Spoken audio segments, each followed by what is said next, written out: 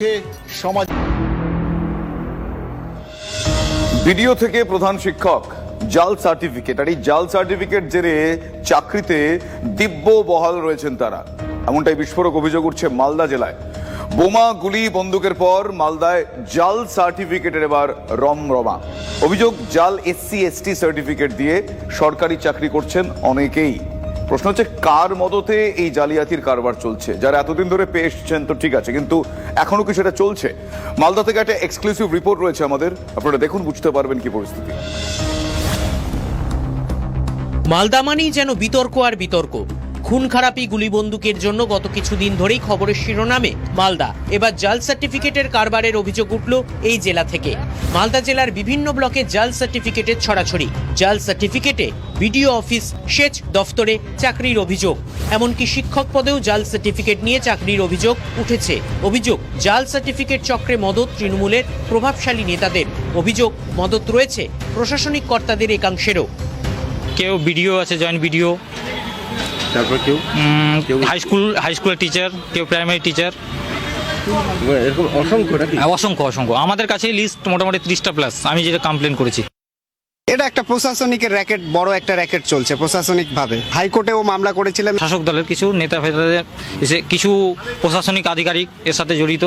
বাংলাদেশ থেকেই তৃণমূলের প্রধান এখানে এসে, বিশেষ করে মালদায় এসে নাকি জাল ওবিসি সার্টিফিকেট বানিয়ে নিয়েছিলেন। এই অভিযোগ উঠেছে। ইতিমধ্যেই সেই সার্টিফিকেট বাতিল হয়েছে, কিন্তু তারপরেও এই র্যাকেট কিন্তু বন্ধ হয়নি। খুব সহজেই এখানে মিলে যাচ্ছে জাল সার্টিফিকেট। এমনই এক প্রাথমিক শিক্ষক যার বিরুদ্ধে জাল সার্টিফিকেট ব্যবহার করে চাকরি পাওয়ার অভিযোগ ওঠে, তার সঙ্গে যোগাযোগ করেন TV9 বাংলার প্রতিনিধি। ওনার বিরুদ্ধে অভিযোগটা হচ্ছে জাল সার্টিফিকেট বার করেছেন না, সেটাই জানতে চাইছি। আপনি কোথা থেকে বলছেন? আমি সাংবাদিক বলছি। আমি এইটুকুই আপনার কাছে জানতে চাইছি, আপনাকে এটা বার করতে হলো কেন? মানে কি, মানে এটা এখন আমি আপনাকে বলতে পারছি না।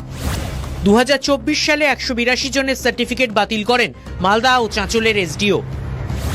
অভিযোগ, জাল সার্টিফিকেট বাতিলের পরেও অনেকেই পদে বহাল আছেন। 3 মাসের মধ্যে SDO-কে পদক্ষেপের নির্দেশ দেয় হাইকোর্ট। 3 মাস পেরোলেও কোনো পদক্ষেপ হয়নি, অভিযোগ চাকরি প্রার্থীদের। হাইকোর্টের দ্বারস্থ হয়, হাইকোর্টে একটা অর্ডার পাই 12 সপ্তাহের অর্ডার পাওয়া সত্ত্বেও SDO সাহেব কিছু এখন ইনকোয়ারি করে আমাকে কিছু জানায়নি বা ওদেরও কিছু করেনি। ভিন্ন সময় এসছে, সেগুলোকে আমরা এনকোয়ারি করে দেখেছি। যেগুলো বাতিল হওয়ার হয়েছে সেগুলো আমরা ডিপার্টমেন্টকে জানিয়েও দিয়েছি। নতুন করে জানাবো, ওটা ওই 3 মাসটা আর কি পেরিয়ে গেছে, আমি সেটাই বলছি। সেটা জানি না 3 মাস কোন কেসের কথা বলছেন, সেগুলোতে আমাদের চাঁচলের কিছু ছিল কিনা সেটা আমি বলতে পারবো না। এবার মুখ্যমন্ত্রীর দ্বারস্থ হওয়ার ভাবনা চাকরি প্রার্থীদের। কমপ্লেন ভিত্তিতে আমাদের এখন পর্যন্ত =0, আমাদের মানে আমাদের কোনো দৃষ্টান্তমূলক কোনো রিপোর্ট করেনি। আমরা মুখ্যমন্ত্রী ম্যাডামের কাছে যাব। জাল সার্টিফিকেটের রমরমায় আদিবাসী সমাজ বঞ্চনার শিকার হচ্ছে, এই অভিযোগ তুলে সরব বিরোধীরা। নন ST লোককে যদি ST সার্টিফিকেট দেওয়া হয়, তাহলে এ রাজ্যে আদিবাসীদের উপর এর থেকে বড় বঞ্চনা বা শোষণ আর কি হতে পারে? আমার ধারণা আদিবাসী সমাজের প্রমুখ যারা আছেন তারা এবার এ নিয়ে সরব হবেন। ভুয়ো ডিগ্রির মুখ্যমন্ত্রী, তার রাজত্বে জাল এবং ভুয়োর কারবার চলছে পশ্চিমবাংলায়। বিশেষ করে দুয়ারে সরকারে ইনস্ট্রাকশনটা ছিল কাজ দেখাতে হবে, যে যা চাইবে পটাপট দিয়ে দাও। তাদের উদরপিণ্ডি বুধর ঘাড়ে পড়লে পড়বে। তৃণমূল বা রাজ্য সরকার কেন এর দায় নেবে, পাল্টা প্রশ্ন তোলে জেলা তৃণমূল নেতৃত্ব। র্যাকেট কোন একটা অফিসার বলুন, কোন একটা নেতা বলুন, যদি এসব যুক্ত থাকে, সরকার তার দায় নেবে না? কারা এই র্যাকেটের সঙ্গে যুক্ত আছে তাকে অবশ্যই ধরবে, অ্যারেস্ট করবে। অনুপ্রবেশকারীরা এখানে এসে সেই র্যাকেটের মাধ্যমে এই সমস্ত জাল সার্টিফিকেটও তারা তৈরি করে নিচ্ছেন। ক্রমশই এই বিষয়টি উদ্বেগের হয়ে উঠছে।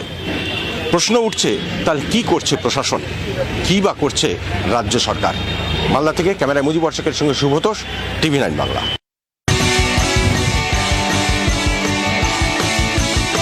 Text headline presented